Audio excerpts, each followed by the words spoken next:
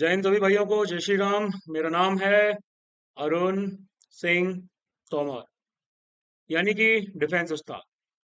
और हम कवर करने जा रहे हैं आज weekly current affairs 8 to 14 Feb 2025। ये करंट अफेयर्स हाईली रेलेवेंट हैं सीडीएस, एनडीए, सीएपीएफ, एसी और साथ ही साथ एफकैट जैसे एग्जाम्स के लिए।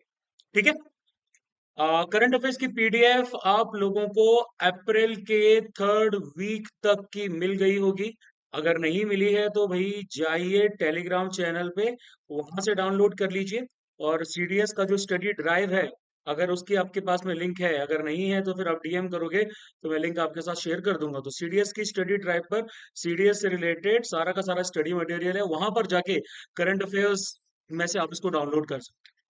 अब एक जरूरी सूचना आप लोगों के लिए, वैसे आप लोग मुझे तो जानते ही हैं, मैंने सीडीएस और एफकैट 6 और 5 बार निकाला है। अभी हम लोगों ने क्या किया था कि we launched a new batch. हमने एक बैच लॉन्च किया था, बैच का नाम आता है प्लाटून। ये प्लाटून बैच 25 स्टूडेंट्स के लिए था। कोई भी एंट्रेंस एग्जाम इसमें हमने नहीं रखा था। हाईली डेडिकेटेड बच्चे लिए थे, एस मतलब जो काफी ज्यादा डेडिकेटेड थे एग्जाम के लिए। इंडिया के अलग अलग पार्ट से वो बंदे आए भी, और ओवरऑल हमारे सारे बच्चे ऐसे खासे प्रिपरेशन कर रहे हैं। ठीक है। तो प्लाटून बैच आपका जो है वो सीडीएस 2025 के लिए। लेकिन अब क्योंकि सीडीएस 2026 आ रहा है, तो सीडीएस 2026 के लिए हमारे दो बैचेस लॉन्च किए जाएंगे। ठीक है। एक तो होगा आपका प्लाटून 2, और दूसरे का नाम होगा प्लाटून 3। तो पहले स्टार्ट आपका प्लाटून 2 होगा, उसके 2 महीने बाद प्लाटून 3 स्टार्ट किया जाएगा। दोनों बैचेस को मर्ज कर दिया जाएगा, और मर्ज करने के बाद में दोनों बैचेस जो हैं वो आपके चलेंगे अप्रैल वाले एग्जाम तक, यानी कि सीडीएस 2026 तक। ठीक है। दोनों बैचेस का स्ट्रक्चर क्या होगा, दोनों बैचेस का फी क्या होगी, स्ट्रक्चर में आपका टाइम टेबल भी शामिल आ जाता है। टाइम टेबल एंड कैलेंडर वगैरह वो सब क्या रहेगा, फी क्या रहेगा, आपकी क्लासेस की टाइमिंग्स क्या रहेंगी, वो सब मैं आपको बता दूंगा जल्दी ही। लोकेशन आपकी होगी नोएडा सेक्टर 62। ठीक है। नोएडा सेक्टर 62 में किया जाएगा। एनडीए का जो बैच है, एनडीए का भी बैच हम लोग ला रहे हैं। एनडीए के बैच की लेकिन ड्यूरेशन जो है वो 6 महीने होगी, जबकि सीडीएस के बैचेस की जो ड्यूरेशन है वो रहेगी 5 महीने। ठीक है। ऐसा नहीं कि भाई बैच मतलब जो बंदा रुकना चाहता है वो रुक सकता है, लेकिन जो नहीं रुकना चाहता, अपना एक आध महीने का गैप लेना चाहता है, तो उसके लिए आपका P2 ज्यादा बेटर रहेगा। और जो बाद में करना, एक साथ करना चाहता है, उसके लिए P3 ज्यादा बेटर रहेगा। ठीक है। इसी के साथ साथ इस बैच में आपको बहुत कुछ अवेलेबल होता है। फॉर एग्जांपल हमारे पास हॉस्टल फैसिलिटी अवेलेबल है। हमारे पास प्राइवेट हॉस्टल है एक, उस प्राइवेट हॉस्टल में गर्ल्स और बॉयज दोनों रहता है, यानी कि coed, but the portions are separated. और पास में ही एक गवर्नमेंट हॉस्टल भी है, और गवर्नमेंट हॉस्टल जो है it is specifically for girls. ये भी ले सकते हो, वॉकिंग डिस्टेंस पर है। और प्राइवेट वाला हॉस्टल 1 किलोमीटर के डिस्टेंस पे आ जाता है हमारे इंस्टीट्यूट से। ठीक है। उसके साथ साथ में आपको बैच में और क्या क्या मिलता है, बैच में आपको प्रिंटेड नोट्स मिलते हैं। ठीक है। हार्ड कॉपीज आपकी रहती है, तकरीबन सारे सब्जेक्ट्स के लिए आपके प्रिंटेड नोट्स रहते हैं। इसके साथ साथ आपके सब्जेक्ट के हिसाब से हम लोग कंडक्ट करते हैं मॉक्स। सब्जेक्ट वाइज आपके मॉक्स होते हैं, हर सब्जेक्ट के अराउंड 4 से 5 मॉक्स करने का हम लोग इरादा रखते हैं। अभी वाले सब्जेक्ट में भी तकरीबन दो दो मॉक्स सबके कंप्लीट हो चुके हैं। इसके साथ ही साथ में आपको प्रिंटेड नोट्स और करंट अफेयर की जो शीट्स हैं वो भी प्रिंटेड ही मिलती है। सब कुछ सामान्य प्रिंटेड मिलता है। आपसे डेली सब्जेक्टिव असाइनमेंट्स करवाए जाएंगे कोई भी टॉपिक कंप्लीट करने के बाद, ताकि आपकी कंसेप्चुअल क्लैरिटी की डेप्थ को देखा जा सके। तो डेली सब्जेक्टिव असाइनमेंट्स होंगे, उन सब्जेक्ट असाइनमेंट्स का एवेल्युएशन जो है वो भी किया जाएगा। और सीडीएस वालों के घर वालों तक तो एक्सट्रीम केसेस में रीच आउट किया जाएगा, बट जो एनडीए वाले एस्पिरेंट्स हैं, एनडीए वाले एस्पिरेंट्स के पेरेंट्स के साथ में बराबर टच में हम लोग रहेंगे। परफॉर्मेंस वगैरह शेयर करते रहेंगे। सीडीएस वालों के में तब करेंगे जब ये थोड़ी ज्यादा मक्कारी देंगे तब। ठीक है। अटेंडेंस को स्ट्रिक्टली रेगुलेट किया जाएगा। 90% से ज्यादा आप लोग अटेंडेंस देंगे, then I am giving you guarantee कि आपका सीडीएस और एनडीए हम निकलवा के देंगे। है ना। ये कंडीशन मैंने पिछली बार नहीं लगाई थी, क्योंकि इस बार कई बच्चों ने मक्कारी दी है। ठीक है। फुल अटेंडेंस नहीं दे रहे हैं। जब फुल अटेंडेंस नहीं दोगे तो भैया देखो I can't give you guarantee, full तो मत दो, एटलीस्ट 90% जो है आप मुझे गारंटी वो अटेंडेंस दीजिए, तो मैं आपका एग्जाम का सिलेक्शन पक्का करवा के दूंगा, है ना। अब अगर आपको अपनी सीट सिक्योर करनी है तो फिर आप 8839961158 पर डीएम कर दीजिए अपनी डिटेल्स के साथ में, नाम वगैरह बताइए, बाकी फिर मैं आपसे कांटेक्ट कर लूंगा, क्योंकि ऑलरेडी रजिस्ट्रेशन हमारे आने स्टार्ट हो गए हैं। दोनों बैचेस की जो आपकी स्ट्रेंथ है ना, आपकी चाहे सीडीएस के बैच की बात करूं चाहे एनडी के बैच की बात करूं, तो इस बार तो हमने देखो 25 की स्ट्रेंथ रखी थी, बट इस बार P2 P3 दोनों की स्ट्रेंथ 40 से 50 के बीच में होने वाली है, क्योंकि उससे ज्यादा बच्चे संभालना मेरे लिए है मुश्किल, है ना।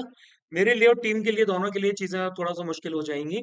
हम लोग उसको थोड़ा कंसाइज रखना चाहते हैं, बहुत ज्यादा बड़ा नहीं रखना चाहते, बहुत ज्यादा हौच पौच नहीं होनी चाहिए, लिमिटेड बच्चे हैं जिनकी मैं डेली अटेंडेंस ट्रैक कर सकूं, जिनको मैं सरप्राइज हॉस्टल में जाके विजिट कर सकूं, है ना। ये सब चीजें आपकी बैच में आपको अवेलेबल होती हैं। Batch is going to be very very very enthralling, बहुत ज्यादा एडवेंचरस होने वाला है, बट ऑल्सो बोरिंग भी होने वाला है। बोरिंग क्यों? क्योंकि प्रिपरेशन आपकी बहुत ज्यादा एंटरटेनिंग नहीं होती है। प्रिपरेशन एक ऐसी जर्नी होती है जिसमें आपको बहुत कुछ सेक्रीफाइस करना पड़ता है। तो अगर आपको लगता है that you are dedicated enough, आप डेडिकेशन दे सकते हो, आप मुझे डिसिप्लिन प्रोवाइड कर सकते हो, आप अपना फुल एकदम फेथफुलनेस के साथ में, फुल लॉयल्टी के साथ में आप आके 100% मुझे फॉलो कर सकते हो, देन यू आर वेलकम। आप इस बैच में ज्वाइन कर लीजिए। मैं कोई भी एंट्रेंस एग्जाम आप लोगों के नहीं लिखूंगा, there won't be any entrance exam. आपका लेवल चाहे कोई भी हो, आपको एकदम जीरो से पढ़ाया जाएगा, ठीक है। ओटीए के लिए, आईएमए के लिए, दोनों के लिए चीजें रहेंगी। आईएमए जो है इसकी फीस अराउंड आपकी 25 से लेके 30,000 के बीच में रहेगा। इसमें आपके सारे सब्जेक्ट्स रहेंगे, that is English plus maths as well as GK, ठीक है। लेकिन जो ओटीए है हमारा, ओटीए में आपके जो है सिर्फ दो ही सब्जेक्ट रहते हैं, that is English plus GK, and इसकी फीस है वो अराउंड 20,000 के आसपास रहेगी, ठीक है। फीस आप दो पार्ट्स में पे कर सकते हो, बस दो पार्ट्स, दो पार्ट से ज्यादा हम प्रिविलेज आपको नहीं दे सकते। दो पार्ट्स में आप कर सकते हैं, एक इनिशियल अमाउंट सबसे पहले आपको रजिस्ट्रेशन के टाइम पे करना पड़ेगा, और बाकी का जो अमाउंट है वो ज्वाइन करने के 1-2 महीने बाद में आप पे कर सकते हैं। चलो, ये तो ही प्रमोशन की बात है, बिजनेस की बात है, लेकिन अब थोड़ा आ जाते हैं काम धाम पे। सबसे पहले जो मॉनेटरी पॉलिसी कमेटी है आरबीआई की, इन्होंने रेपो रेट को कट डाउन कर दिया है आपका, ये वाली चीज आप हटा दीजिए। कितना किया है वो सब हमारा मैटर नहीं करता, ठीक है। इन्होंने ये जो रेपो रेट हमारी कम की है ना, ये इन्होंने की है लिक्विडिटी एडजस्टमेंट फैसिलिटी के अंडर में, तकरीबन आपका 5 साल के गैप के बाद। अब देखो और भी इन्होंने बहुत सारे डिसीजंस लिए हैं। सबसे पहले उन्होंने बोला है कि हमारी जो मॉनेटरी पॉलिसी है वो न्यूट्रल रहेगी। न्यूट्रल का मतलब है, ना तो मार्केट में पैसा डाला जाएगा, ना ही मार्केट से बहुत ज्यादा पैसा आपका निकाला जाएगा, मतलब फ्लेक्सिबल हम लोग जो है वो मेंटेन करके रखेंगे। अब देखो इसके बाद में क्या रहता है, इसके क्या बोलते हैं, एलएएफ बेसिकली होता क्या है। एलएएफ हमारा एक मॉनेटरी पॉलिसी टूल होता है, ठीक है। ये मॉनेटरी पॉलिसी का एक टूल होता है जो सेंट्रल बैंक यानी कि आरबीआई यूज करता है, ताकि जो बैंकिंग सिस्टम में आपका एक्सेस लिक्विडिटी है, एक्सेस कैश जो आ जाता है, उसको मेंटेन किया जा सके। इसमें हमारा रेपो रेट आता है, रिवर्स रेपो रेट जो है वो भी इसी के अंडर में काउंट कर लिया जाता है ना। रेपो रेट का मतलब वो इंटरेस्ट रेट जो कि सेंट्रल बैंक चार्ज करता है बैंक्स को पैसा देते। आरबीआई ने पैसा दिया बैंक्स को, है ना। अब बैंक्स को पैसा दिया है तो आरबीआई को बदले में कुछ इंटरेस्ट भी मिलेगा, तो वो रेट आपकी इंटरेस्ट जो बैंक से लिया जा रहा है वो आपका रेपो रेट हो गया, और रिवर्स में उल्टा हो जाता है, यानी कि बैंक्स आरबीआई को पैसा दे रहे हैं, है ना। अब देखो मॉनेटरी पॉलिसी कमेटी की बात करते हैं, तो मॉनेटरी पॉलिसी जो है हमारी सेंट्रल गवर्नमेंट के द्वारा बनाई जाती है, ठीक है। आरबीआई का एक्ट 1934 इसको अमेंड किया गया है। इसमें टोटल आपके होते हैं 6 मेंबर्स, 3 मेंबर्स आरबीआई के होते हैं, और 3 मेंबर्स को सेंट्रल गवर्नमेंट अपॉइंट करती है, ठीक है। ये 4 साल तक ऑफिस होल्ड करते हैं, या जब तक सेंट्रल गवर्नमेंट चाहे। इस कमेटी के द्वारा पॉलिसी रेट्स को डिटरमाइन किया जाता है, देश में महंगाई वगैरह को काबू लाया जाता है। नेक्स्ट, कैबिनेट ने आपका अप्रूव कर दिया है कि इसके लिए इंडिया प्रोग्राम को रिस्ट्रक्चर किया जाएगा, और उसका टेन्योर 2026 तक बढ़ाया जाएगा। इस प्रोग्राम को लॉन्च किया गया था 2015 में, ministry of skill development and entrepreneurship के अंडर में, और इनका एम है कि 40 करोड़ लोगों तक को 2022 तक अलग अलग स्किल्स में हमें ट्रेन करना था। कुछ इनिशिएटिव्स आपके लिए गए थे, जैसे कि आपका एक तो आ जाता है national skill development mission, NSDM आ गया, national policy for skill development and entrepreneurship आ गई, और प्रधानमंत्री कौशल विकास योजना और स्किल लोन स्कीम वगैरह आ जाती है। ठीक है, इसके अंदर आपके 3 की स्कीम्स आ जाती हैं, जिसने तकरीबन 2-2.5 करोड़ से ज्यादा लोगों को बेनिफिट किया है, जो कि आपकी एक ही सेंट्रल सेक्टर की स्कीम में आएगा। एक तो आ जाता है आपका प्रधानमंत्री कौशल विकास योजना, दूसरा प्रधानमंत्री नेशनल अप्रेंटिस प्रमोशन स्कीम, और तीसरा आता है जन शिक्षण संस्थान स्कीम। इनके जो बेसिक पॉइंट्स हैं इनको आप कवर कर सकते हो। कोई डाउट आता है तो आप मुझे जो है पूछ लेना, वैसे ये बहुत ज्यादा इंपॉर्टेंट नहीं है। आगे कैबिनेट ने नेशनल कमीशन फॉर सफाई कर्मचारी का 3 साल के लिए जो टेन्योर है वो बढ़ा दिया है। पहली बार इसको एक स्टेचुटोरी कमीशन के तौर पे इस्टेब्लिश किया था 1994 में, नेशनल कमीशन फॉर सफाई कर्मचारी एक्ट 1993 के अंडर। ठीक है, अब उसके बाद में 2004 में ये जो आपका एक्ट है ये लैप्स कर गया, तो कमीशन तब से नॉन स्टेचुटोरी बॉडी था। देखो, स्टेचुटोरी बॉडी का मतलब जो किसी पर्टिकुलर एक्ट के द्वारा स्टेब्लिश की गई है लेकिन कॉन्स्टिट्यूशन में शामिल नहीं है। ठीक है, तो एक्ट 2004 में जब हमारा लैप्स कर गया तो कमीशन तब से नॉन स्टेचुटोरी बॉडी थी, जो कि आ जाती है ministry of social justice and empowerment के अंडर। इसका tenure time to time government के रेजोल्यूशंस के हिसाब से बढ़ाया जाता रहा है। फिर उसके बाद मिनिस्ट्री ऑफ स्किल डेवलपमेंट और एंटरप्रेन्योरशिप ने कोलैबोरेशन किया है नीति आयोग के साथ, और उन्होंने एक प्रोग्राम लॉन्च किया है, नाम है स्वावलंबनी। ठीक है, मतलब खुद से अपने काम को करना। मतलब कि ये एक वुमेन एंटरप्रेन्योरशिप प्रोग्राम है, जो कि आपका किया जाएगा कुछ पर्टिकुलर स्टेट्स के लिए, जैसे कि एक तो हो गया आपका असम। ठीक है, दूसरा हमारा है मेघालय, और फिर तीसरा आ जाता है मिजोरम। यानी कि फीमेल स्टूडेंट्स को एम्पावर करना है कुछ particular selected higher education institutions, वहां करना है इनको एम्पावर, जो कि आपके नॉर्थ ईस्ट में सिचुएटेड है। और उनको इंटरप्रेन्योरशिप माइंडसेट दिया जाएगा, रिसोर्सेज दिया जाएगा, मेंटरशिप दी जाएगी, ताकि अपनी इंटरप्रेन्योरशिप जर्नी को वो आगे बढ़ा सके। इसके साथ साथ 6 महीने का मेंटरशिप प्रोग्राम भी है, हैंड होल्डिंग सपोर्ट भी दिया जाएगा, ताकि अपने आइडियाज को अलग अलग प्रोस्पेक्ट्स में डेवलप कर सके। फिर आते हैं आर्टिकल 200 ऑफ द कॉन्स्टिट्यूशन। तो सुप्रीम कोर्ट ने एक क्वेश्चन दिया है, मतलब क्वेश्चन किया है उन्होंने बेसिकली, कि भाई ये जो गवर्नर है हमारे, ये किसी पर्टिकुलर स्टेट लेजिस्लेटिव असेंबली का जो बिल होता है, इसको प्रेसिडेंट के पास भेज सकते हैं कि नहीं, आर्टिकल 200 में, है ना। यानी कि गवर्नर ने क्या किया है कि इस पर्टिकुलर बिल की असेंट को विदहोल्ड कर लिया। विदहोल्ड करने के बाद क्या वो उसको प्रेसिडेंट के पास भेज सकते हैं? देखो, किसी भी बिल को स्टेट लेजिस्लेटर असेंबली यानी कि विधानसभा जब पास कर दी है, तो उसके बाद गवर्नर के पास भेजा जाता है। अब गवर्नर के पास होते हैं कुछ ऑप्शन, यानी कि वो हाँ कर दें बिल के लिए अपनी एसेंट दे दें, ना कर दें विदहोल्ड कर लें, या फिर उसको उन्होंने कर दिया है रिजर्व, यानी कि उन्होंने भेज दिया है इसको प्रेसिडेंट के पास कि भैया तुम ही संभालो। ठीक है, प्रेसिडेंट की कंसिडरेशन के लिए भेज दिया। अब उसके बाद में अगर वो कोई मनी बिल नहीं है, तो सरकार के खर्चे पानी से रिलेटेड नहीं है, तो फिर गवर्नर इसको क्या कर सकता है, कई केसेस में वापस भी भेज सकता है पहले ही। ठीक है, मनी बिल को इसलिए नहीं भेजेगा क्योंकि मनी बिल को गवर्नर के एसेंट से ही लाया जाता है ना, सरकार लाती है। तो अब गवर्नर ने उस बिल को दोबारा भेज दिया रिकंसिडर करने के लिए, कि भैया देख लो, इसमें ये कुछ आपके बदलाव करने हैं।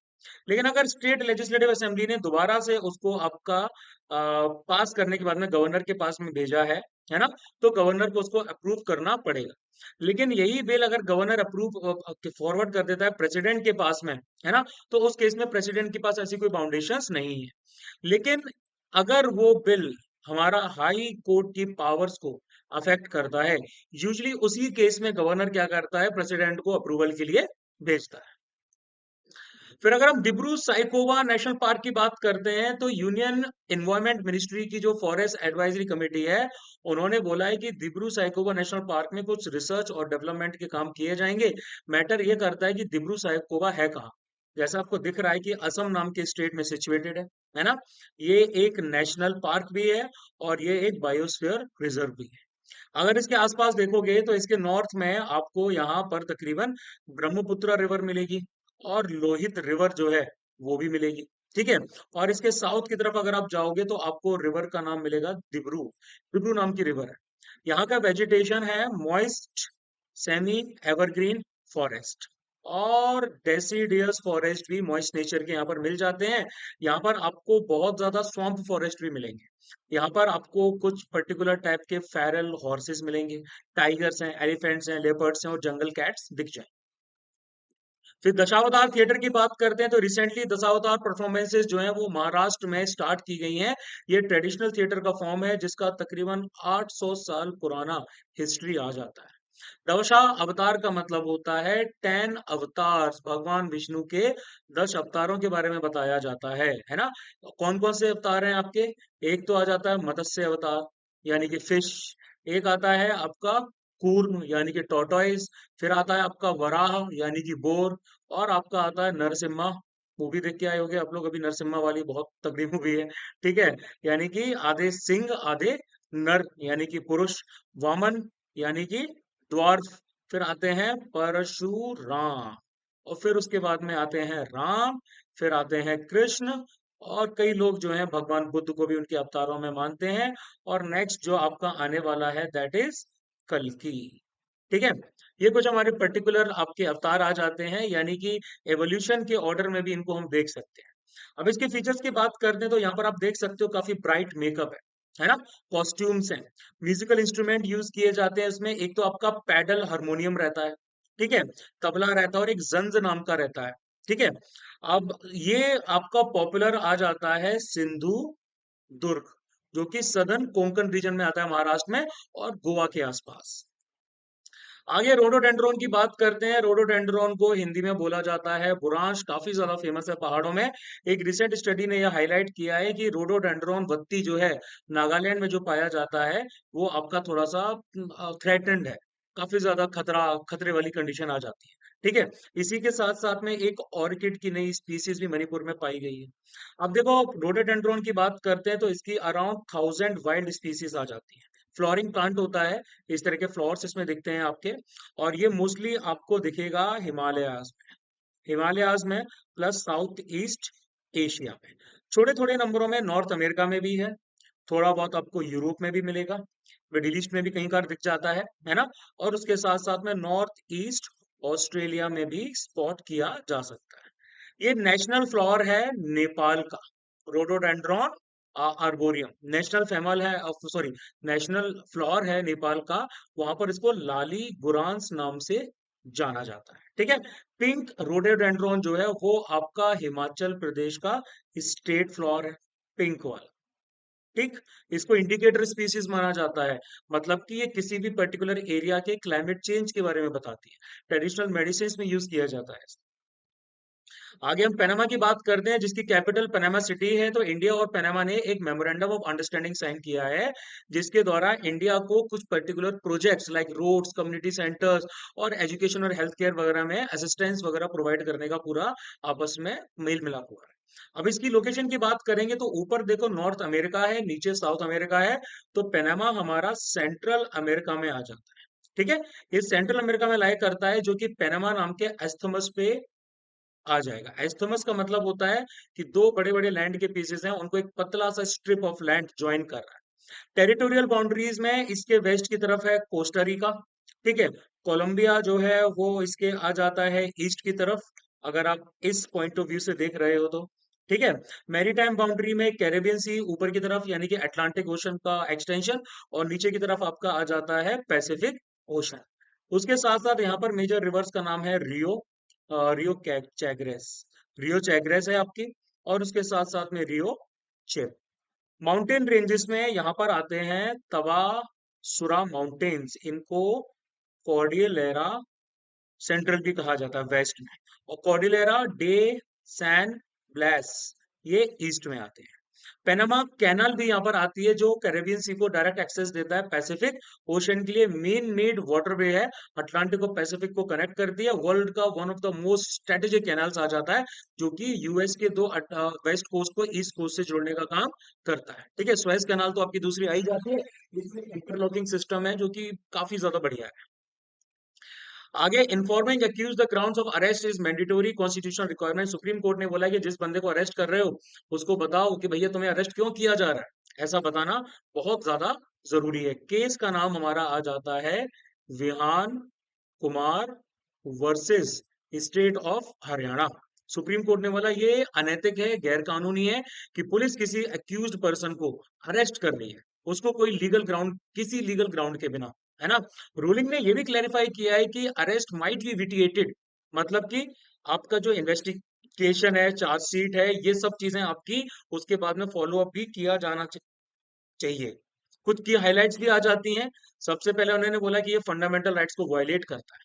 अगर आप किसी भी बंदे को उसके ग्राउंड्स ऑफ डिटेंशन नहीं बता रहे हो, तो फिर ये आपके फंडामेंटल राइट्स यानी कि आर्टिकल 21 और 22 का सेक्शन 1 को वायलेट करता है। आर्टिकल 21 में साफ साफ कहा गया है कि किसी भी इंसान से उसकी लिबर्टी नहीं छीनी जाएगी except accordance with the procedure established by the law, यानी कि लॉ को फॉलो करते हुए छीन सकते हो, वैसे नहीं छीन सकते। और आर्टिकल 22 का सेक्शन 1 ये कहता है कि किसी भी इंसान को अरेस्ट किया गया है, उसको रीजंस तुरंत के तुरंत आपको बताने पड़ेंगे, है ना। और रीजंस बताने के बाद में उसको ये राइट भी आ जाता है कि वो कंसल्ट कर सकता है किसी लीगल प्रैक्टिशनर को, उसको डिफेंड किया जा सकता है। ठीक है। अब यहाँ पर हमारा बीएनएसएस क्या कहता है, बीएनएसएस के अंडर में कोर्ट ने एम्फेसाइज किया है कि किसी भी इंसान के फ्रेंड्स को इन्फॉर्म कीजिए, ठीक है, रिलेटिव्स को बताइए, नॉमिनेटेड पर्संस को बताइए कि भैया देखो फलाने इंसान को हमने अरेस्ट कर लिया है। फिर बेल वगैरह की चीजें भी आ जाती हैं कि अगर आप इसको फॉलो नहीं करते हो, तो फिर उस बंदे को तुरंत इमीडिएटली बेल आपका दी जा सकती है। ठीक है। और ग्राउंड्स मतलब कि जो भी ग्राउंड्स आपके हैं बंदे को अरेस्ट करने के, वो उस पर्टिकुलर लैंग्वेज में प्रोवाइड किया जाना है जिस लैंग्वेज को बंदा समझता। ठीक है। बर्डन ऑफ प्रूफ यानी कि उसका दोष साबित करने का बर्डन, बोझ किसके ऊपर आता है, तो वो आपका बर्डन जो है वो उस इन्वेस्टिगेटिंग ऑफिसर या एजेंसी के पास आता है। ठीक है। इससे रिलेटेड हमारे और भी जजमेंट्स आ जाते हैं। एक हमारा एक और केस आता है, दैट इज पंकज बंसल। ठीक है। पंकज वर्सल versus Union of India and others case आ जाता है। उसमें भी सेम चीज बोली गई थी कि ग्राउंड्स ऑफ अरेस्ट आपके बंदे को राइटिंग में दिया जाना चाहिए। ठीक है। अगर कोई भी केस हमारा यूएपीए 1967 के अंडर वाला आ जाता है तो। एक और केस आता है आपका प्रबीर पुरकायस्थ आ जाता है वर्सेस एनसीटी ऑफ दिल्ली। इसमें भी बोला गया था कि communication of grounds of arrest और डिटेंशन आपके सैक्रोसेंट है, और उनको किसी भी सिचुएशन में ब्रीच नहीं किया जाना चाहिए, मतलब बताना ही चाहिए। अब देखो, गवर्नमेंट ने पोटैश माइनिंग को एक्सप्लोर करने का सोचा है पंजाब के फजिल्का में और श्री मुक्तसर साहिब डिस्ट्रिक्ट में। अगर हम देखेंगे, जियोलॉजिकल सर्वे ऑफ इंडिया नाम की एक बॉडी है, इन्होंने सर्वे किया है और इन्होंने बोला है कि हम पोटैश रिजर्व्स देख सकते हैं राजस्थान में, राजस्थान के कई इलाकों में है ना। इससे क्या है कि इंडिया पोटैश को इंपोर्ट करने के लिए डिपेंडेंट नहीं रहेगा। अभी हम पोटैश क्या करते हैं, बाहर से मंगाते हैं क्योंकि हमारे पास रिजर्व ही नहीं है। तो पोटैश एक इम्प्योर कॉम्बिनेशन रहता है हमारा, पोटेशियम कार्बोनेट, ठीक है, और उसके साथ साथ में आपका पोटेशियम सॉल्ट्स आ जाते हैं उसका। इसकी जो प्रिंसिपल ओर होती है इसका नाम होता है सिल्विनाइट। ठीक है। अब देखो पोटैश का यूज आप कहाँ कहाँ कर सकते हो, एग्रीकल्चर में तो भैया इसका यूज होता ही होता है। ठीक। यानी कि 90% का जो पोटैश होता है, 90% वो हमारा यूज किया जाता है फर्टिलाइजर्स के तौर पे। यानी कि तीन प्राइमरी न्यूट्रिएंट्स एग्रीकल्चर में यूज किए जाते हैं। एक तो हो गया नाइट्रोजन, एक हो गया आपका क्या बोलते हैं फास्फोरस, और तीसरा हो जाता है आपका पोटेशियम यानी कि एनपीके बोला जाता है। आइडियल न्यूट्रिएंट रेशियो जो है वो आपका होना चाहिए 4:2 और 1 का। पानी के प्यूरिफिकेशन के लिए भी इसको इस्तेमाल किया जाता है। पोटैश का जो एलम होता है, आपने देखा होगा घरों में जिसको फिटकरी बोला जाता है ना, तो फिटकरी से आपका पानी जो है उसको भी साफ किया जाता है। पोटैश एलम से भैया इसका पानी की हार्डनेस कम की जाती है, एंटीबैक्टीरियल प्रॉपर्टीज उसकी जो उसके अंदर रहती हैं। इंडस्ट्रियल यूजेस में इसको ग्लास के सेरेमिक्स बनाने में यूज किया जाता है, सोप्स में, डिटर्जेंट्स में, एक्सप्लोजिव्स में। कुछ पर्टिकुलर कॉमन टाइप के हमारे जो, अगर पोटेशियस की बात करूं मैं, जो पोटेश हमारे कॉमन टाइप के आ जाते हैं, तो उसमें एक आ जाता है आपका SOP यानी कि सल्फेट ऑफ पोटैश, और दूसरा आता है MOP यानी कि म्यूरिएट ऑफ पोटैश। ठीक है। पोटैश जो आपका मोलेसिस से ड्राइव किया जाता है वो आपका 100% indigenous fertiliser nutrient based subsidy scheme के अंडर में आता है।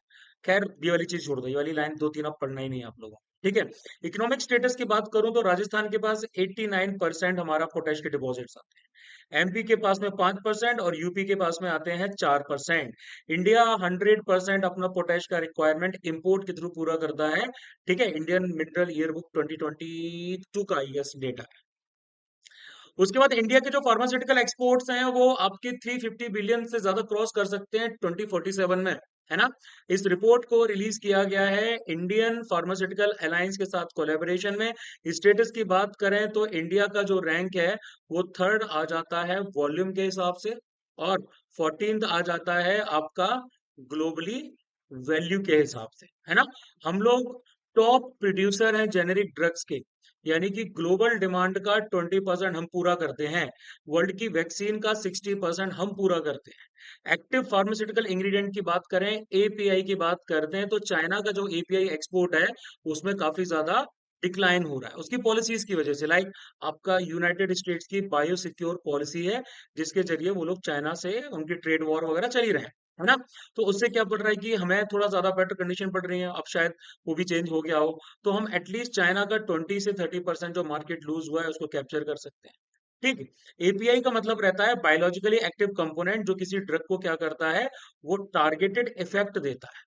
जैसे अगर हम लोग पैरासिटामोल यूज कर रहे हैं तो बुखार को कम काम करने का उसका मेजर काम आ जाता है। ठीक है, तो ये चीजें आ जाती हैं। उसके साथ साथ जैसे हमारे पास में बायो सिमिलर्स भी आ जाते हैं। इंडियन फार्मा के पास में अराउंड 5% के आसपास जो है बायो सिमिलर्स का मार्केट है। बायोसिमिलर्स हमारी वो मेडिसिन होती हैं जो कि एकदम बायोलॉजिक ड्रग्स की तरह एक्ट करती हैं, यानी कि लिविंग सिस्टम्स को यूज करती है। लाइक ईस्ट हो गया, बैक्टीरिया हो गया, एनिमल सेल्स हो गए, सिमिलर स्ट्रक्चर और फंक्शंस भी प्रोवाइड करते हैं। उसके बाद में पीएम युवा young upcoming and versatile authors 2.0 scheme की बात करते हैं तो recently union minister of education ने 41 न्यू बुक्स को इंट्रोड्यूस किया है पीएम युवा स्कीम। 2022 में लॉन्च किया गया था मिनिस्ट्री ऑफ एजुकेशन के द्वारा इंडिया एट 75 प्रोजेक्ट के अंडर में, आजादी का और अमृत महोत्सव में। और ये एक हमारा ऑथर मेंटरशिप प्रोग्राम आ जाता है यंग और बडिंग ऑथर्स जो 30 ईयर से कम है उनको ट्रेन करने के लिए। अब हमारे कुछ प्राइवेट मेंबर बिल्स भी आ जाते हैं जो पार्लियामेंट में इंट्रोड्यूस किए गए हैं। प्राइवेट मेंबर बिल्स यानी कि ये कानून बनाने के वो प्रपोजल्स हैं, लेजिस्लेटिव प्रपोजल्स हैं जो किसी मेंबर ने स्टार्ट किया है, मेंबर ऑफ पार्लियामेंट में, है ना, किसी एमपी ने। ये एमपी आपका इलेक्टेड भी हो सकता है, नॉमिनेटेड भी हो सकता है, लेकिन ये एमपी हमारा सरकार में शामिल नहीं है, मिनिस्टर नहीं है, इसलिए इसको प्राइवेट मेंबर बोला जा रहा है। इसकी ड्राफ्टिंग की जो रिस्पॉन्सिबिलिटी है वो इसी बंदे की रहती है। आपको अगर इंट्रोड्यूस करना है तो तकरीबन आपको 1 महीने का नोटिस देना पड़ेगा पहले हाउस में, है ना। यानी कि बेसिकली ये क्या दिखाता है, क्या शोकेस करता है, ये अपोजिशन पार्टी का पब्लिक मैटर पे, किसी भी पब्लिक मैटर पे एक ओपिनियन दिखाता है। लोकसभा में जो हाउस है हमारा वो एटलीस्ट 2 से ढाई घंटे जो है वो आपका क्या बोलते हैं हर फ्राइडे को अवेलेबल करता है इसके लिए। राज्यसभा में भी 2 से ढाई घंटे चाहिए होते हैं, लेकिन हर अल्टरनेट फ्राइडे को। 14 आपके ऐसे बिल्स अभी तक लॉ बने हैं, सबसे लास्ट में बना था 1970 में, जस्ट इमेजिन। तो ये हमारे कुछ प्राइवेट मेंबर बिल्स हैं जो पार्लियामेंट ने पास किए। अब उसके बाद आते हैं प्रधानमंत्री अनुसूचित जाति अभ्युदय योजना। सेंट्रल एडवाइजरी कमेटी की मीटिंग हुई है पीएम अजय के लिए। इसके लिए मिनिस्ट्री आ जाती है ministry of social justice and empowerment. इसका टाइप है सेंट्रली स्पॉन्सर्ड स्कीम, मतलब पैसा सरकार लगाती है, एग्जीक्यूट कौन करता है, स्टेट करता है। 2021-22 में इसको लॉन्च किया गया था। इसका काम है शेड्यूल कास्ट के लोगों से, कम्युनिटीज से पॉवर्टी को कम करना, एडिशनल एम्प्लॉयमेंट अपॉर्चुनिटीज देना, सोशियो इकोनॉमिक डेवलपमेंट इंडिकेटर्स जो है एससी डोमिनेटेड विलेजेस में बढ़ाना, लिटरेसी बढ़ाना, और स्कूल्स में उन लोगों को इनरोल करना, हायर एजुकेशन इंस्टीट्यूशंस में इनरोल करना। तो इसमें आपकी special central assistance to scheduled caste sub plan आ जाता है, प्रधानमंत्री आदर्श ग्राम योजना आ जाती है, और बाबू जगजीवन राम छात्रावास योजना भी आ जाती है। इन तीनों को मर्ज कर दिया। उसके बाद में मुरांड गंजल इरिगेशन प्रोजेक्ट की बात करते हैं तो नेशनल टाइगर कंजर्वेशन अथॉरिटी ने वार्निंग दी है कि मुरांड गंजल इरिगेशन प्रोजेक्ट जो मध्य प्रदेश में है इसको ना बनाया जाए, इसके काफी सीरियस रिपरकशंस हो सकते हैं। यानी कि इसमें 2 डैम्स को बनाया जा रहा है आपका मुरांड और गंजल रिवर्स पे, ताकि नर्मदापुरम बैतूल, हरदा और खंडवा डिस्ट्रिक्ट्स जो एमपी की आती है, यहाँ पर इरिगेशन फैसिलिटीज बढ़ाई जाए। इससे 644 फैमिलीज डिस्प्लेस हो जाएंगी, जिसमें से 604 ट्राइबल फैमिलीज भी आ जाती हैं। इन्वायरमेंट की बात करें तो 7 लाख जो ट्रीज हैं वो रिजर्वर से अफेक्ट होंगे, और वाइल्ड लाइफ जो आपकी है वो यहाँ खत्म हो सकती है। यानी कि जो टाइगर कॉरिडोर आपका सतपुड़ा और मेलघुड़ा के बीच में बना हुआ है, सतपुड़ा से लेके मेल घाट के बीच में बना हुआ है टाइगर रिजर्व, उस टाइगर कॉरिडोर को खत्म किया जा सकता है, जिससे लेपर्ड, वॉल्व्स, वाइल्ड डॉग्स और हाइनास वगैरह भी अफेक्टेड हो सकते हैं। आगे नेट जीरो कॉरिडोर की बात करते हैं तो इसराइल ने एग्री कर दिया था कि Israel Hamas cease fire agreement के अंडर में वो अपनी फोर्सेस को नेट जीरो कॉरिडोर से विड्रॉ कर लेंगे। ये तकरीबन आपका 6 किलोमीटर लंबा एक कॉरिडोर है, जो कि 2 किलोमीटर विड्थ में आ जाता है, जो कि गाजा, नॉर्थ गाजा और साउथ गाजा के लिए क्या करता है आपका क्या बोलते हैं, एक्सेस को कंट्रोल करता है। ये कॉरिडोर इसराइल बॉर्डर, इसराइल का ये जो बॉर्डर आ जाता है आपका ईस्ट की तरफ, यहाँ से लेके मेडिटेरियन सी तक आपका वेस्ट में यहाँ तक एक्सटेंड करता है। कॉरिडोर गाजा स्ट्रिप को मिडिल में सेपरेट कर देता है, गाजा सिटी के जस्ट साउथ की तरफ ही भाई ये आपका सिचुएटेड है ना। बाकी कॉरिडोर्स में तो आपको पता है फिलाडेल्फी कॉरिडोर आ जाता है, और एक यहाँ पर राफा बॉर्डर क्रॉसिंग या राफा कॉरिडोर आ जाता है। उसके बाद में हम लोग बात करेंगे Namibia, that is capital Windhoek. Namibia के पहले प्रेसिडेंट हैं Sam Nujoma, founding father Namibian nations के। उनकी मृत्यु 95 की एज में हो गई। अब नामीबिया की बात करते हैं तो इसकी लोकेशन आता है साउथ ईस्टर्न अफ्रीका में, ठीक है, कोस्टल अफ्रीका में आता है। नेबरिंग कंट्रीज में अंगोला इसके नॉर्थ में है, जाम्बिया जो है नॉर्थ ईस्ट में है, और बोत्सवाना ये इसके टोटल ईस्ट में आ जाता है, और उसके बाद में साउथ अफ्रीका जो है वो इसके साउथ ईस्ट और साउथ में है। इसके यहाँ पर अगर आप देखोगे तो है हमारे पास एटलांटिक ओशन, ठीक है। और क्या था भाई इसमें, हाँ अटलांटिक ओशन इसके वेस्ट में हो गया। लैंडफॉर्म्स की बात करते हैं तो ये जो कोस्टल इनका जो इलाका है ना, कोस्टल इलाके में आपका आ जाता है नामीब डेजर्ट। नामीब डेजर्ट आता है कोस्टल इलाके में। थोड़ा सा अंदर जाओगे तो आपको बीच में सेंट्रल प्लेट्यू इनका मिलेगा, ठीक है। और उसके बाद में यहाँ पर एक और डेजर्ट आता है, उसका नाम है कालाहारी डेजर्ट, वो भी यहाँ पे लाई करता है। मेजर रिवर्स में आते हैं जाम्बेजी, माशी और ओरांग रिवर, ठीक है। जाम्बेजी जो रिवर है ये आपकी ड्रेन कहाँ करती है, ये ड्रेन करती है आपका अटलांटिक में करती है, यस, हाँ अटलांटिक में करती है। और ये एक ऐसी रिवर है जो ट्रॉपिक ऑफ कैप्रिकॉर्न को कट करती है ट्वाइस, 2 बार कट करती है भाई अफ्रीका में, है ना। जैसे ट्रॉपिक ऑफ कैप्रिकॉर्न ऐसे जा रहा है ना, तो ये ऐसे कट करती है इसको 2 बार। और उसके साथ साथ यहाँ पर एंटेलोप हैं, चीता हैं, जिराफ्स वगैरह हैं। चीतास नामीबिया से हम लोगों ने इंपोर्ट किए थे इंडिया में, प्रोजेक्ट चीता के अंडर में हमने इनको इंट्रोड्यूस भी किया था। उसके बाद में mass drug administration MDA campaign आपका चलाया गया है लिम्फेटिक फेलरेसिस को एलिमिनेट करने के लिए। तो एमडीए कंपोनेंट इंडिया के लिम्फेटिक फेलरेसिस को खत्म करने का एक कोर कंपोनेंट आता है। अगर हम लिम्फेटिक फिलेरिसिस की बात करते हैं तो ये नेग्लेक्टेड ट्रॉपिकल डिसीज में से आता है, जिसको हम लोग इंडिया में हाथी पांव भी बोलते हैं, जिसमें किसी भी इंसान का पैर बहुत ज्यादा बड़ा हो जाता है, ठीक है। कुछ आपके पर्टिकुलर पैरासाइट्स आ जाते हैं जो कि नेमाटोड्स की कैटेगरी में आते हैं, वो आपके इसके लिए जिम्मेदार होते हैं, ठीक है, नेमाटोड्स। या फिर आपके राउंड, मतलब होते तो राउंड वर्म्स ही हैं वो, लेकिन नॉर्मल नेमाटोड्स फैमिली को बिलोंग करते हैं, ठीक है। और लाइफ साइकिल की बात करते हैं तो इन्फेक्शन जनरली बचपन में ही लग जाता है, जिससे लिम्फेटिक सिस्टम को काफी नुकसान पहुंचता है। इन्फेक्टेड मॉस्किटोज के थ्रू फैलता है, जिससे फिजिकल और लॉन्ग टर्म डिसेबिलिटीज होती हैं। आपके लिम्स फूल जाते हैं, जिसको लिम्फोडीमा कहा जाता है, ठीक है। और आपका कई बार जो स्क्रोटल है, स्क्रोटम है, वो भी स्वेल कर जाता है, इसको बोला जाता है हाइड्रोसेल, ठीक है। ओके, और इसमें कुछ था क्या, और तो नहीं था, चलो। India achieves record 1.27 lakh crore in domestic defence production. Defence minister का ऐसा कहना है। एरो इंडिया कॉन्क्लेव हुआ था बेंगलोर में, उसमें डिफेंस मिनिस्टर ने बोला था कि हमारा जो डिफेंस एक्सपोर्ट है 30 टाइम्स बढ़ चुका है पिछले 10 सालों में। यानी कि लोग हमसे ज्यादा मंगा रहे हैं, 30 गुना ज्यादा हम लोगों को ज्यादा सप्लाई कर रहे हैं। अब एरो इंडिया की बात करते हैं तो ये एशिया का लार्जेस्ट एयर शो आ जाता है। और आपकी जो थीम थी वो थी ब्रिज। ब्रिज का मतलब है building resilience through international defence and global engagement. India के डिफेंस प्रोडक्शन से रिलेटेड कुछ स्टैट्स यहाँ पर आ जाते हैं। हमारा डिफेंस बजट बढ़ रहा है, डोमेस्टिक डिफेंस प्रोडक्शन बढ़ रहा है, डिफेंस के एक्सपोर्ट्स हमारे बढ़ रहे हैं, और टॉप एक्सपोर्ट्स डेस्टिनेशंस भी हमारी बढ़ रही हैं। उसके बाद श्रीलंकन नेवी ने 14 इंडियन फिशरमैन को तमिलनाडु से पकड़ा है रिसेंटली। इंडिया के minister of external affair Jaishankar ji जो थे, उन्होंने कुछ कंसर्न रेज किए थे कि इंडियन फिशरमैन को श्रीलंकन आर्मी के द्वारा अरेस्ट किया जा रहा है, ऐसा उन्होंने श्रीलंका के प्रेसिडेंट से कहा। अब इस पूरे झगड़े की अगर जड़ को देखते हैं तो ये आपका झगड़ा है वो यहाँ आ जाता है इस पूरे इलाके में, दैट इज पाल्क बे वाला जो इलाका है, वहां पर फिशिंग राइट्स को लेके पूरा झगड़ा आ जाता है। मोस्टली आपका जो इंटरनेशनल मैरीटाइम बाउंड्री लाइन है उसको क्रॉस कर दिया जाता है फिशरमैन के द्वारा, और इलीगल फिशिंग एक्टिविटीज इस रीजन में की जाती है। इंडियन फिशरमैन ऐसा कई बार करते हैं, वायलेशंस उनकी तरफ से होते हैं। तो ये जो पाक वे वाला इलाका है ये आपका वही इलाका है, नैरो सी स्ट्रिप है, तमिलनाडु और नॉर्दर्न श्रीलंका को जोड़ती है, आपकी राम सेतु यहीं पर सिचुएटेड है। अब अगर हम मैरीटाइम बाउंड्री एग्रीमेंट्स की बात करें जो दो बार हुए हैं, 1974 1976।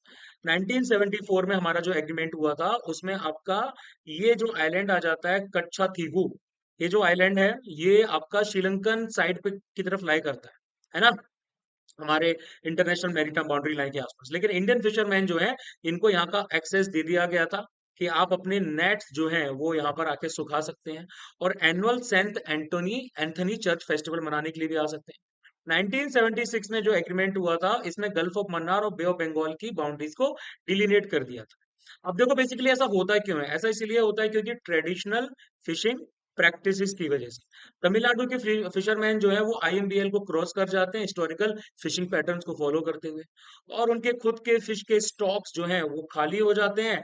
तो फिर वो क्या करते हैं, बॉटम बॉटम ट्रॉलिंग, मतलब आपका एक नए नए फैसिलिटीज आ चुकी हैं उन मैकेनाइज्ड ट्रॉलर्स के द्वारा, एकदम आप नीचे से पूरा का पूरा फिशेस को इकट्ठा कर लेते हो, ठीक है। यानी कि आप एकदम फिश को एक तरफ धकेलते हो, धकेलने के बाद में आप क्या करते हो उनको कैप्चर कर लेते हो, और पूरा नेट जो है वो आप क्या करते हो सरफेस से लेके ऐसे नीचे तक, ये जो आपका समुद्र का सरफेस है यहाँ से लेके नीचे तक आप ऐसे मूव कराते हुए आगे ले जाते हैं। नेक्स्ट बात आ जाती है कि India reportedly introduce new harmonise system codes GI tagged rice, यानी कि चावल के लिए इस अमेंडमेंट से जीआई टैग जो चावल हैं उनको एक्सपोर्ट करना इजी हो जाएगा। मिनिस्ट्री ऑफ फाइनेंस का कोई स्पेशल नोटिफिकेशन वगैरह नहीं चाहिए। अब देखो हार्मोनाइज सिस्टम क्या रहता है, एक ग्लोबल प्रोडक्ट क्लासिफिकेशन सिस्टम है जो वर्ल्ड कस्टम्स ऑर्गेनाइजेशन ने डेवलप किया है ना। 6 डिजिट कोड उपलब्ध कराया जाता है अलग अलग तरह के कमोडिटीज के क्लासिफिकेशन के लिए, और आप और ज्यादा लंबे कोड्स को इंट्रोड्यूस कर सकते हैं फर्स्ट डिजिट के अलावा फर्दर क्लासिफिकेशन के लिए, है ना। तो हार्मोनाइज जो राइस होते हैं ना इनको गवर्नमेंट आपका क्या करती है, पूरा का पूरा नोटिफाइड करती है। इनका प्रोडक्शन से रिलेटेड बाकी सारी चीजें उन्हीं के द्वारा आ जाती है। और डब्ल्यूसीओ की बात करते हैं तो इसका हेडक्वार्टर है ब्रुसेल्स में, यानी कि बेल्जियम में। जेनेसिस की बात करते हैं तो 1952 में इंट्रोड्यूस किया गया था कस्टम्स कोऑपरेशन काउंसिल के तौर पे। इंडिपेंडेंट इंटर गवर्नमेंटल बॉडी है जिसका काम धाम आता है कस्टम्स एडमिनिस्ट्रेशन को ग्लोबली देखना। 186 कस्टम्स एडमिनिस्ट्रेशन जिसमें इंडिया भी इंक्लूड है वो भैया हमारे इस डब्ल्यूसीओ का पार्ट। अब उसके बाद में डॉक्टर्स ने रिसेंटली एक क्रॉस ब्लड ट्रांसप्लांट आपका किया है एक ऐसे पेशेंट में जिसके अंदर rare Bombay blood group HH blood group जिसको बोला जाता है वो पाया जाता है। तो पहली बार इसकी जो डिस्कवरी है वो बॉम्बे में 1952 में वाई एम भेंडे के द्वारा की गई थी। यानी कि इसके अंदर में आपकी एंटीबॉडीज पाई जाती हैं like anti A, anti B, anti H वगैरह, जिससे सारे के सारे ब्लड ग्रुप्स में जो भी ए बी ओ सिस्टम के ब्लड ग्रुप्स होते हैं इसमें इसका लेन देन किया जा सकता है, जिसको एग्लूटिनेशंस कहा जाता है, ठीक है। क्लिनिकल फीचर्स की बात करें मतलब बॉम्बे ब्लड ग्रुप के जो लोग हैं वो आपके ब्लड ट्रांसफ्यूजन रिसीव नहीं कर सकते किसी भी एबीओ ग्रुप से, इंक्लूडिंग टाइप ओ, सॉरी मैंने थोड़ा भी गलत बोल दिया था, मतलब रिसीव नहीं कर सकते, है ना।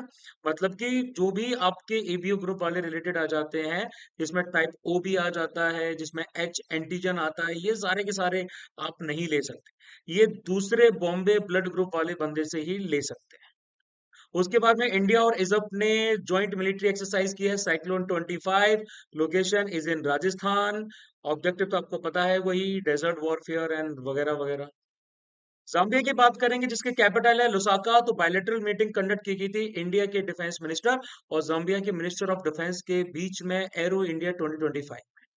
देखो ये लैंड लॉक्ड कंट्री है ना, आप इसको देखोगे तो this is a land locked country. Land boundary में देखेंगे तो तंजानिया नॉर्थ ईस्ट में है, मलावी ईस्ट में आ जाता है, मोजाम्बिक जो है वो आ जाता है भैया इनके साउथ ईस्ट की तरफ, ठीक है।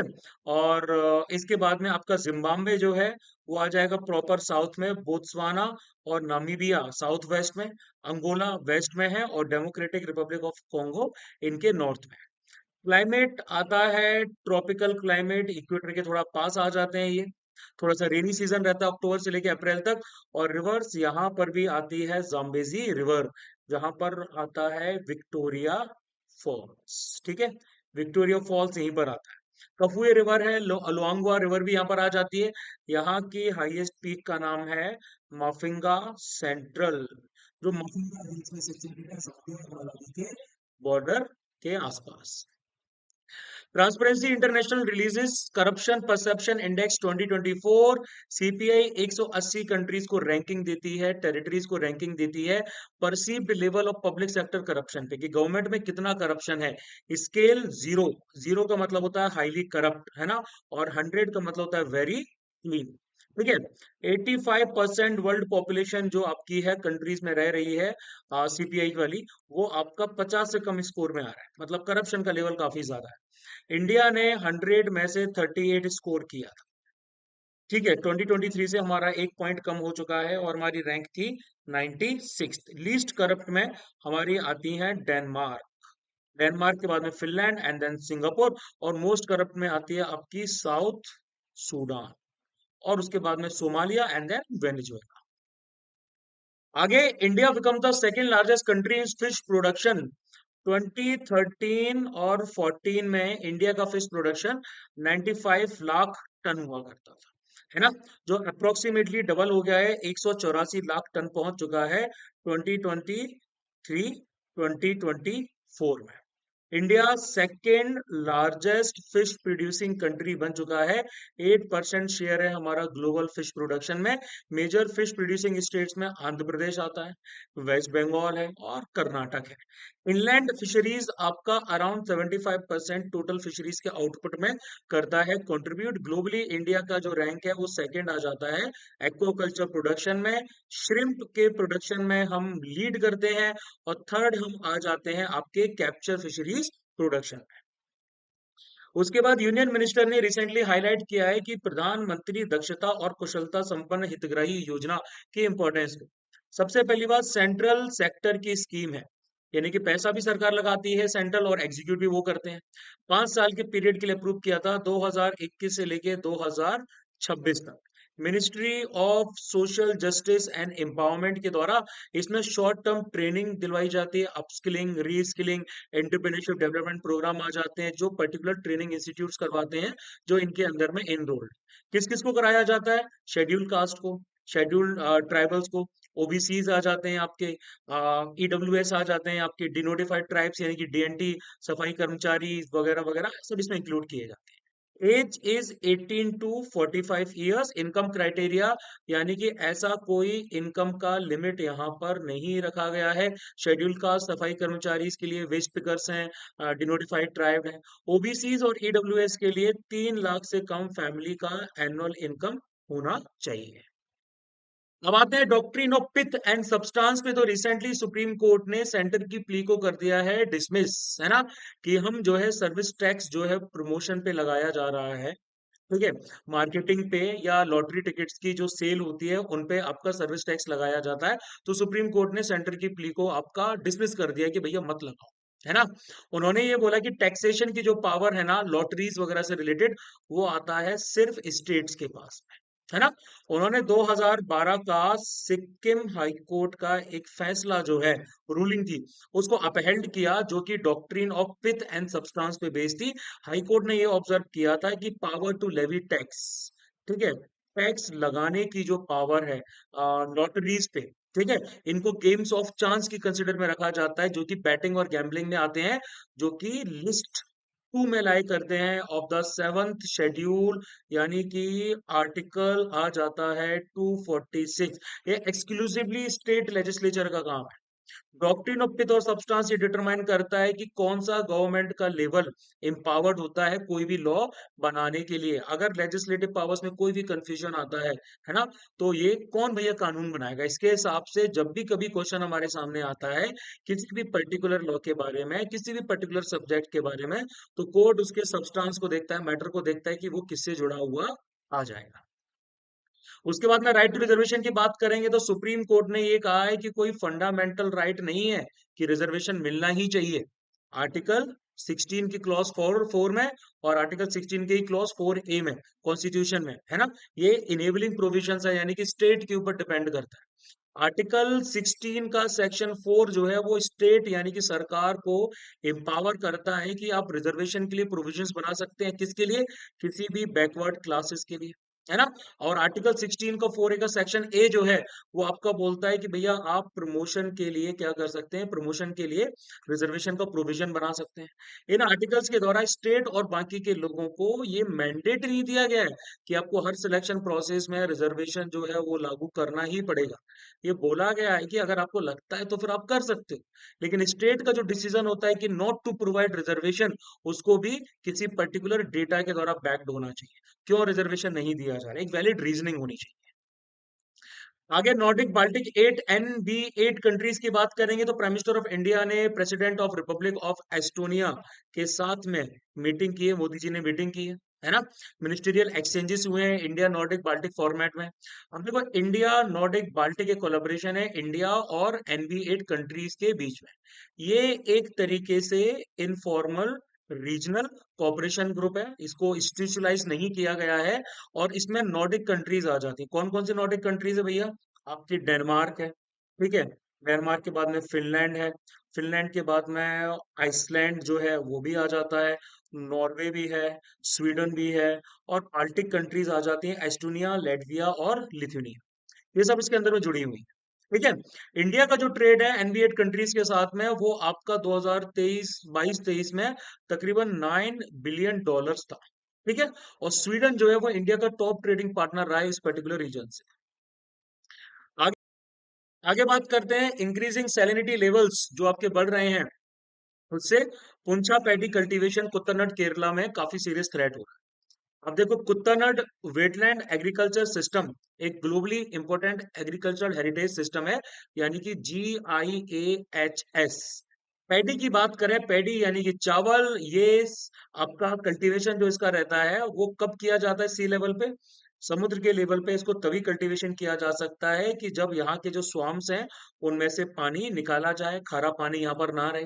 3 स्ट्रक्चर्स में डिवाइड किया जाता है। आपके कुछ पर्टिकुलर वेटलैंड्स आते हैं जिनको पैडी एक्टिविटीज और फिश किचिंग के लिए यूज किया जाता है। कुछ पर्टिकुलर गार्डन लैंड्स आते हैं, इनको फूड क्रॉप्स प्लांटेशन के लिए यूज किया जाता है। और कुछ हमारे वाटर एरियाज आते हैं जिनको इनलैंड फिशिंग और शेल्स के लिए यूज किया जाता है।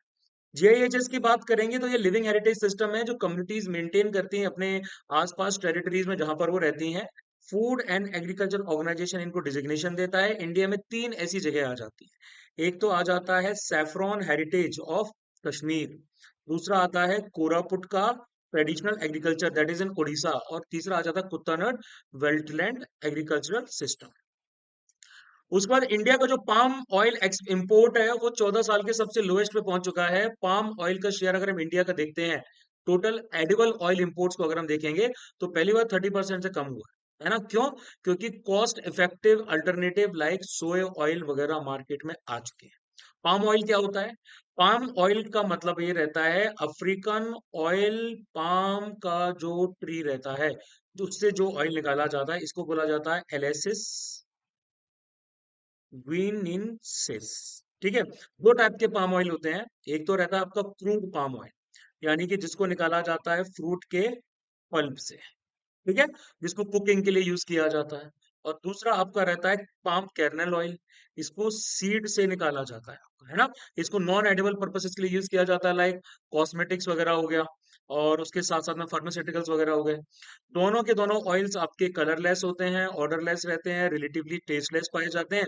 ऑयल पाम ट्रीज आपके वैसे तो अफ्रीका के नेटिव हैं, है ना, बट करंटली इंडोनेशिया और उसके साथ साथ में मलेशिया में भी आपका उगाया जाता है। तो 85% ग्लोबल सप्लाई को ये पूरा करते हैं। इंडिया की बात करें तो इंडिया में आंध्र प्रदेश है, तेलंगाना है और केरल। ये major oil palm growing states हैं। 98% हमारे देश का ऑयल प्रोडक्शन यही करते हैं, पाम ऑयल प्रोडक्शन। और हम लोग लार्जेस्ट इंपोर्टर भी हैं पाम ऑयल के, हम मंगाते भी हैं बाहर से। हमने national mission on edible oils, palm oil, oil palm वाला वो भी लागू किया था 21 में, ताकि ऑयल पाम के कल्टीवेशन को इंडिया में बढ़ावा दिया जा सके और ये एडिबल ऑयल्स को जो हम बाहर से मंगाते हैं वो हमें कम देना पड़े। अब उसके बाद में कुछ दो यूट्यूब इन्फ्लुएंसर्स हैं, पुलिस इन्वेस्टिगेशन इनके ऊपर चल रही है। ऑब्ससीन रिमार्क्स उन्होंने कुछ शो में किए थे।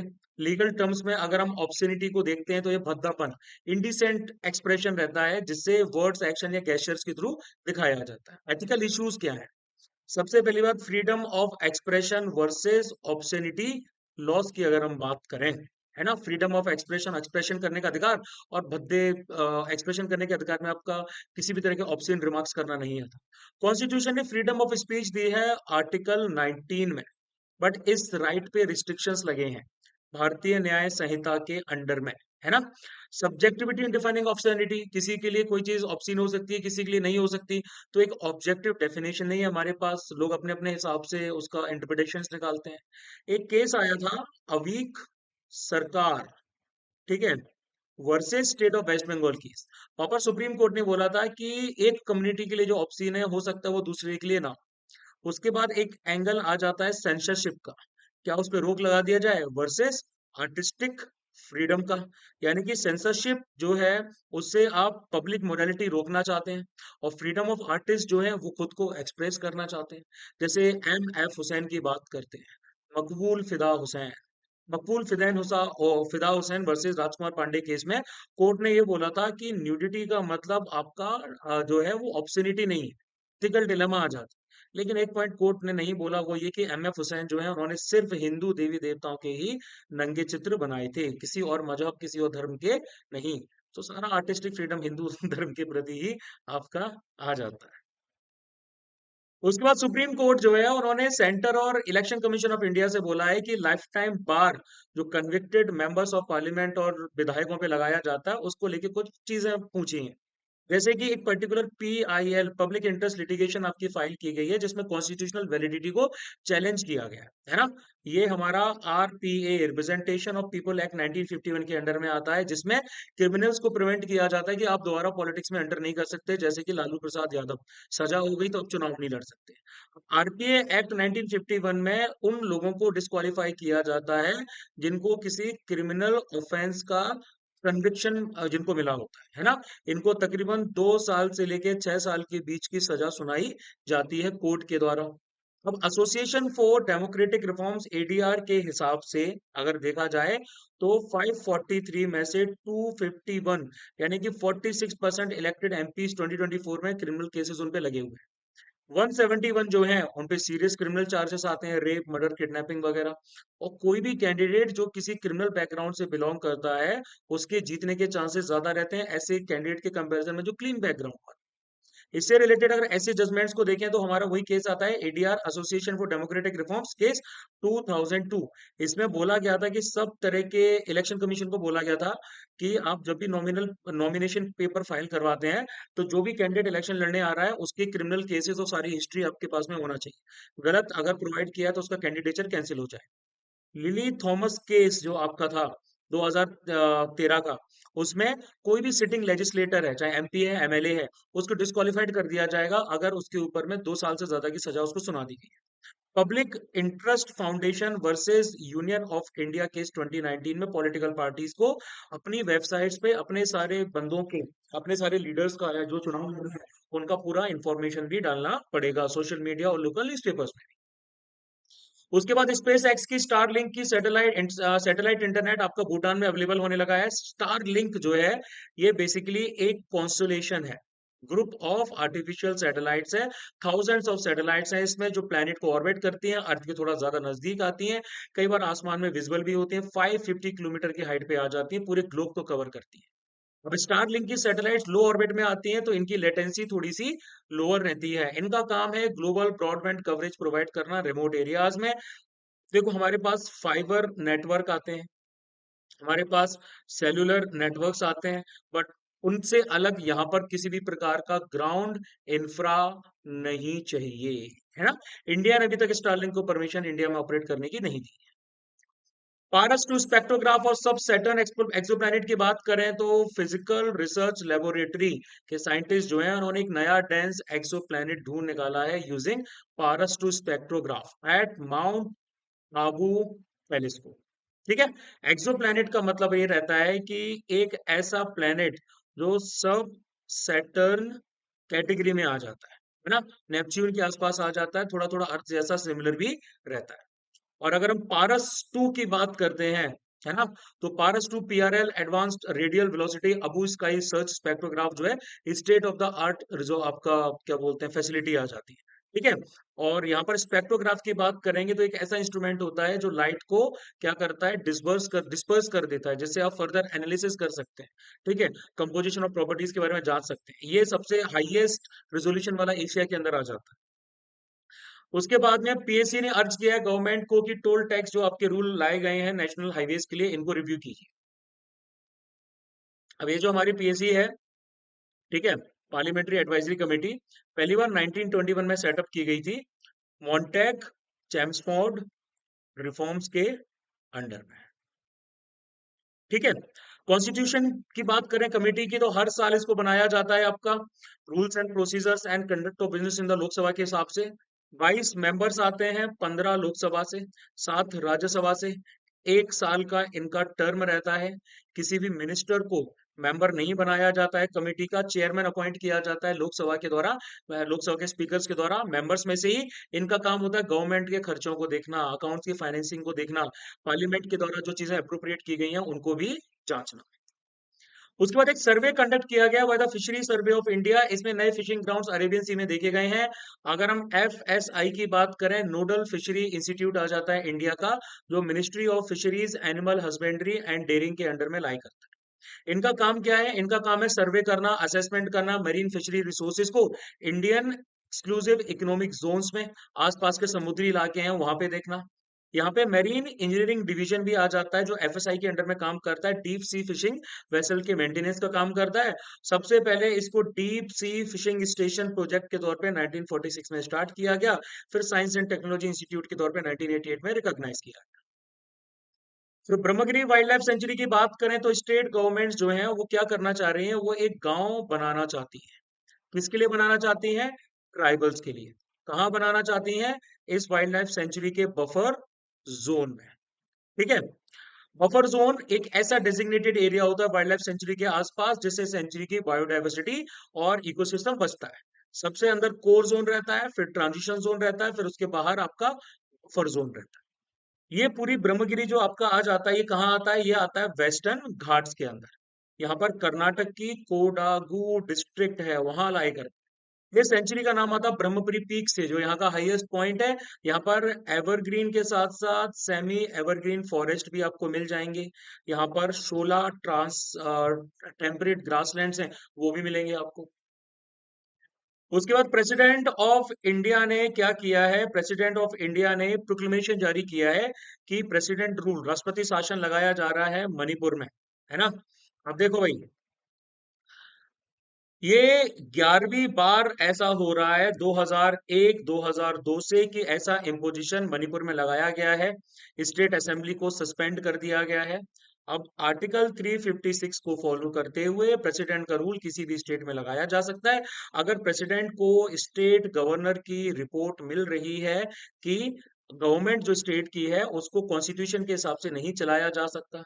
आर्टिकल 356 के हिसाब से 2 महीने के एक्सपिरेशन के बाद आपका, जब तक हाउस ऑफ पार्लियामेंट जो दोनों है वो अगर आपकी सिंपल मेजोरिटी से अप्रूव ना करें तो राष्ट्रपति सेशन हमारा हो जाएगा खत्म।